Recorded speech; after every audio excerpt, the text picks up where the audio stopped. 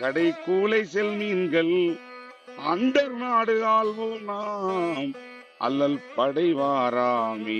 சரணாகதி அடைந்து விட்டாலே ஒரு மனிதன் மரணமில்லா பெருவாழ்வு வாழலாம். விதிவசப்பட்டவன் யமனிடத்திலே சரணாகதி அடைகிறான். மதிவசப்பட்டவன் பூதகணங்கள் சிவபெருமானுடைய பூதகணங்களிடத்திலே சரணாகதி அடைகிறான்.